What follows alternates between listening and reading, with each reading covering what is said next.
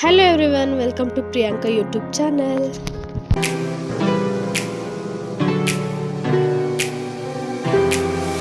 ನಾನು ಸದ್ಯಕ್ಕೆ ಊರಲ್ಲೇ ಇರೋದ್ರಿಂದ ನಮ್ಮ ನಾಗಮಂಗಲದಲ್ಲೇ ಇರುವಂಥ ಶ್ರೀ ಸೌಮ್ಯಕೇಶವ ಸ್ವಾಮಿ ದೇವಸ್ಥಾನಕ್ಕೆ ಬಂದಿದ್ದೀನಿ. ನಮ್ಮ ದೇವಸ್ಥಾನ ಹೇಗಿದೆ, ಹಾಗೆ ಇದ್ರ ವಿಶೇಷತೆ ಏನು ಅನ್ನೋದನ್ನ ಎಲ್ಲ ನಾನು ನಿಮಗೂ ಕೂಡ ತಿಳಿಸ್ಕೊಡ್ತೀನಿ. ಅದಕ್ಕೆ ಮುಂಚೆ ನೀವೇನಾದ್ರು ನನ್ನ ಚಾನಲ್ನ ಸಬ್ಸ್ಕ್ರೈಬ್ ಮಾಡದೆ ಈ ವಿಡಿಯೋನ ನೋಡ್ತಾರೆ, ದಯವಿಟ್ಟು ಹೋಗಿ ಸಬ್ಸ್ಕ್ರೈಬ್ ಮಾಡ್ಕೊಂಡು ಬನ್ನಿ. ಮೊದಲಿಗೆ ಈ ದೇವಸ್ಥಾನ ಇರೋದು ಮಂಡ್ಯ ಜಿಲ್ಲೆ ನಾಗಮಂಗಲ ತಾಲೂಕು ನಾಗಮಂಗಲದಲ್ಲೇ ಇರುವಂಥ ಸೌಮ್ಯಕೇಶವ ದೇವಸ್ಥಾನ. ಮೊದಲಿಗೆ ಹೇಳೋದಾದರೆ ಇಲ್ಲಿನ ದೇವಸ್ಥಾನ ಅಥವಾ ದೇವರ ಹೆಸರು ಬಂದು ಚೆನ್ನಕೇಶವ ಅಂತ. ನಾವು ಆಗಿನ ಕಾಲದ ದಾಸರ ಪದಗಳಾಗಿರ್ಬೋದು ಅಥವಾ ಶಾಸನಗಳಲ್ಲಿ ನಾವು ಹುಡುಕಿದ್ರೆ ನಮಗೆ ಸಿಗೋದು ನಾಗಮಂಗಲದ ಚೆನ್ನಕೇಶವ ಅಂತಾನೆ ಕರಿತಾ ಇದ್ದಿದ್ದು. ಹಾಗಿದ್ರೆ ಈ ಸೌಮ್ಯಕೇಶವ ಅನ್ನೋದು ಎಲ್ಲಿಂದ ಬಂತಪ್ಪ ಅಂತ ಹೇಳೋದಾದರೆ, ಈ ದೇವರ ಮೂರ್ತಿನ ಕೆತ್ತಿರೋಂಥ ಪುಣ್ಯಾತ್ಮ ಏನಿದ್ದಾನಲ್ವ, ಆ ಶಿಲ್ಪಿ ಆ ದೇವರ ಮೂರ್ತಿನ ಎಷ್ಟು ಸೌಮ್ಯವಾಗಿ ಕೆತ್ತಿದ್ದಾನೆ ಅಂತ ಅಂದರೆ, ಆ ದೇವರ ಮೂರ್ತಿನಲ್ಲಿರುವಂಥ ಸೌಮ್ಯತೆನ ಜನಗಳು ನೋಡಿ ಮರುಳಾಗಿ ಚೆನ್ನಕೇಶವ ಅಂತ ಇರೋದನ್ನ ಸೌಮ್ಯಕೇಶವ ಅಂತನ ಕರೆಯೋದಕ್ಕೆ ಶುರು ಮಾಡಿಬಿಟ್ಟಿದ್ದಾರೆ. ಅಷ್ಟು ಅದ್ಭುತವಾಗಿ ಕೆತ್ತಿರೋ ಅಂತಹ ಮೂರ್ತಿ ಅದು. ಸೊ ಹಾಗಾಗಿ ಚೆನ್ನಕೇಶವ ಅಂತ ಇದ್ದಿದ್ದನ್ನ ಸೌಮ್ಯಕೇಶವ ಅಂತ ಕರೀತಾರೆ. ಹಾಗೆ ಈ ದೇವಸ್ಥಾನ ಬಂದು ಹೊಯ್ಸಳರ ಆಡಳಿತ ಇದ್ದಾಗ 12ನೇ ಶತಮಾನದಲ್ಲಿ ನಿರ್ಮಿಸಿರುವಂಥದ್ದು. ಹಾಗೆ ಎಲ್ಲ ದೇವಸ್ಥಾನಗಳಲ್ಲಿ ವಿಷ್ಣು ಬಲಗೈಯಲ್ಲಿ ಚಕ್ರ, ಎಡಗೈಯಲ್ಲಿ ಶಂಖನ ಹಿಡಿದಿದ್ರೆ, ಈ ದೇವರು ಬಲಗೈಯಲ್ಲಿ ಶಂಖ ಹಾಗೆ ಎಡಗೈಯಲ್ಲಿ ಚಕ್ರನ ಇಟ್ಕೊಂಡಿದ್ದಾರೆ. ಹಾಗೆ ಶ್ರೀದೇವಿ ಭೂದೇವಿ ಸಮೇತವಾಗಿ ನಮಗೆ ದರ್ಶನನ ನೀಡ್ತಾರೆ. ಹಾಗೆ ಎಡಭಾಗದಲ್ಲಿ ನರಸಿಂಹಸ್ವಾಮಿ ಅವರು ಲಕ್ಷ್ಮೀನ ತೊಡೆ ಮೇಲೆ ಕೂರಿಸ್ಕೊಂಡಿದ್ರೆ, ಬಲಭಾಗದಲ್ಲಿ ವೇಣುಗೋಪಾಲ ಸ್ವಾಮಿ ಅವರು ಸತ್ಯಭಾಮೆ ಹಾಗೆ ರುಕ್ಮಿಣಿ ಅವ್ರನ್ನ ಜೊತೆಯಲ್ಲಿ ನಮಗೆ ದರ್ಶನನ ಕೊಡ್ತಾರೆ. ಹಾಗೆ ಸಾಲಿಗ್ರಾಮ ಶಿಲೆಯ ನಾಗದೇವರ ಪ್ರತಿಷ್ಠಾಪನೆ ಇರೋದ್ರಿಂದ ನಮಗೆ ಕಾಳಸರ್ಪ ದೋಷ ಇರ್ಬೋದು, ಪಿತೃದೋಷ, ಕುಜದೋಷ, ಶನಿ ದೋಷ, ಯಾವುದೇ ದೋಷ ಇದ್ರೂ ಕೂಡ ಇಲ್ಲಿ ನಿವಾರಣೆನ ಮಾಡ್ಕೊಬೋದು. ಹಾಗೆ ಭುವನೇಶ್ವರ ಮಂಡಲದ ಮೇಲ್ಭಾಗದಲ್ಲಿ 108 ಸರ್ಪವು ಶಂಕುವಿಗೆ ಸುತ್ತಾಕೊಂಡಿರುವಂಥ ವಿಶಾಲವಾದ ರಚನೆ ಕೂಡ ಇದೆ. ಹಾಗೆ ಆ ಶಂಕುವಿಗೆ ವಿಶೇಷವಾದ ಶಕ್ತಿ ಇದೆ ಅಂತ ಕೂಡ ಹೇಳ್ತಾರೆ.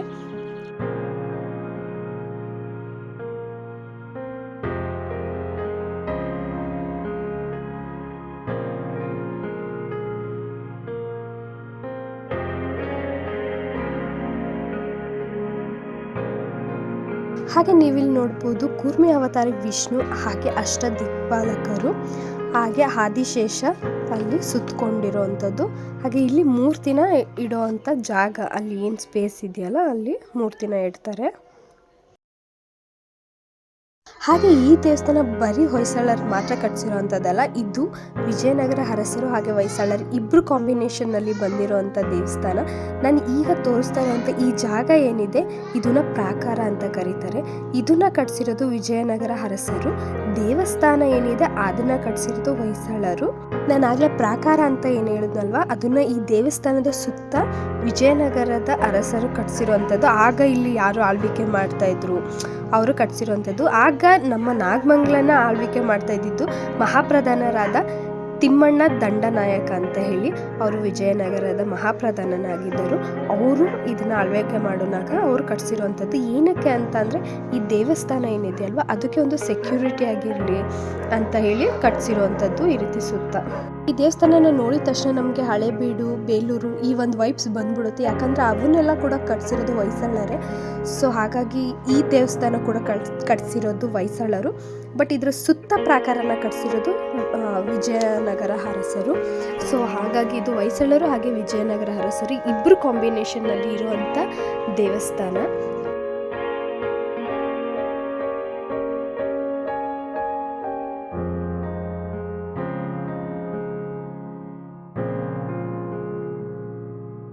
ಇಲ್ಲಿ ಒಂದು ದೇವ್ರ ಮೂರ್ತಿ ಇದೆ. ಆ ದೇವರು ಬಂದು ಅಷ್ಟಭುಜ ಸದರ್ಶನ ಮೂರ್ತಿ ಅಂತ ಹೇಳಿ. ದೇವರ ವಿಶೇಷತೆ ಏನಪ್ಪಾ ಅಂತ ಅಂದ್ರೆ, ಕಿರೀಟದಲ್ಲಿ ಚಕ್ರಭಾಗ ಏನಿರುತ್ತೆ ಅಲ್ಲಿ ಅಗ್ನಿಯನ್ನ ಕಟ್ಕೊಂಡಿರೋ ಅಂಥದ್ದು. ಅಂದ್ರೆ ಅಗ್ನಿ ಜ್ವಾಲೆಯನ್ನ ತಲೆ ಕೂದಲನ್ನಾಗಿ ಉಳ್ಳವರು ಅಂತ ಹೇಳಿ. ಹಾಗೆ ದುಷ್ಟ ಸಂಹಾರಕ ಅಂತ ಕೂಡ ಕರೀತಾರೆ. ಹಾಗೆ ಅಲ್ಲಿಂದ ಮುಂದೆ ಬಂದ್ರೆ ಇಲ್ಲೊಂದು ಚಿಕ್ಕ ಆಂಜನೇಯ ಮೂರ್ತಿ ಇದೆ. ನಿಂತ್ಕೊಂಡು ಕೈನ ಮುಗಿತಾ ಇರುವಂತ ಒಂದು ಪುಟ್ಟ ಆಂಜನೇಯನ ಮೂರ್ತಿ ಕೂಡ ಇದೆ.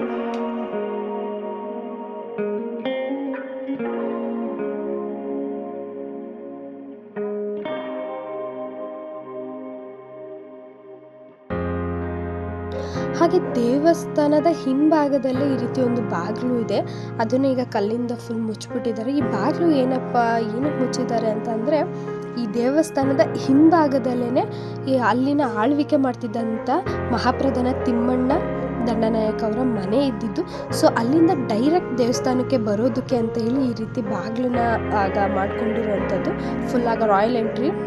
ಸೊ ಹಂಗಾಗಿ ಈ ರೀತಿ ಬಿಟ್ಕೊಂಡಿದ್ರು. ಈಗ ಅದನ್ನು ಫುಲ್ ಕ್ಲೋಸ್ ಮಾಡಿಬಿಟ್ಟಿದ್ದಾರೆ ಕಲ್ಲಿಂದ ಎಲ್ಲ.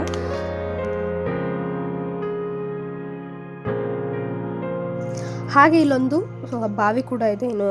ಸೇದೋ ಬಾವಿ ಅಂತ ನಾವೇನು ಹೇಳ್ತೀವಿ, ಅದು ದೇವ್ರ ಉಪಯೋಗಕ್ಕೆ ಏನೇ ನೀರು ಬೇಕಾದ್ರೂ ಇವತ್ತಿಗೂ ಇದೇ ಬಾವಿನಲ್ಲೇ ನೀರು ತಗೊಂಡು ದೇವ್ರಿಗೆ ಯೂಸ್ ಮಾಡ್ಕೊಳ್ಳೋವಂಥದ್ದು. ಹಾಗೆ ತುಳಸಿ ಕಟ್ಟೆ ಕೂಡ ಇದೆ. ಯೂಶ್ವಲಿ ನಾವು ಯಾವ ದೇವಸ್ಥಾನದಲ್ಲೂ ತುಳಸಿ ಎಲ್ಲ ನೋಡಲ್ಲ, ಬಟ್ ಈ ದೇವಸ್ಥಾನದಲ್ಲಿ ತುಳಸಿ ಕೂಡ ಇದೆ.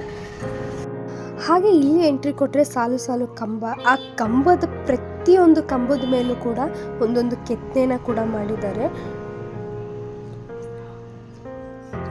ಪ್ರತಿಯೊಂದು ಕಂಬದ ಮೇಲೂ 4 ಸೈಡಲ್ಲೂ ಕೂಡ ಈ ರೀತಿ ಕೆತ್ತನೆನ ಮಾಡಿದ್ದಾರೆ.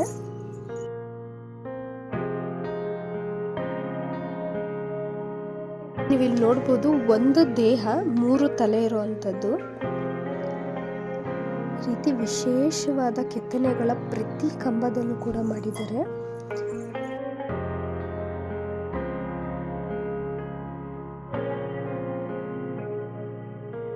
ಹಾಗೆ ಈ ಜಾಗ ಬಂದು ಇದು ರಾಮಾನುಜಾಚಾರ್ಯ ಅವರ ಮಂದಿರ. ಈ ಇಡೀ ದೇವಸ್ಥಾನದಲ್ಲಿ ಈ 2 ಕಂಬ ಮಾತ್ರ ತುಂಬಾ ವಿಶೇಷವಾಗಿ ಕೆತ್ತಿಸಿ ಇಟ್ಟಿರುವಂತಹ ಕಂಬಗಳು.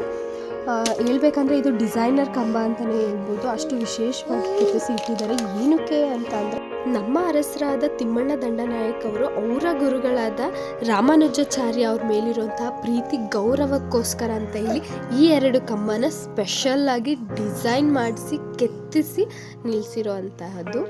ಈ ಇಡೀ ದೇವಸ್ಥಾನದಲ್ಲಿ ಡಿಸೈನರ್ ಕಂಬ ನಮಗೆ ಈ 2 ಸಿಗೋದು. ಈ ಕಂಬನ ರಾಮಾನುಜಾಚಾರ್ಯ ಅವರ ಮಂದಿರ ಏನಿದೆ ಅದ್ರ ಮುಂದೆ ನಿಲ್ಲಿಸಿದ್ದಾರೆ.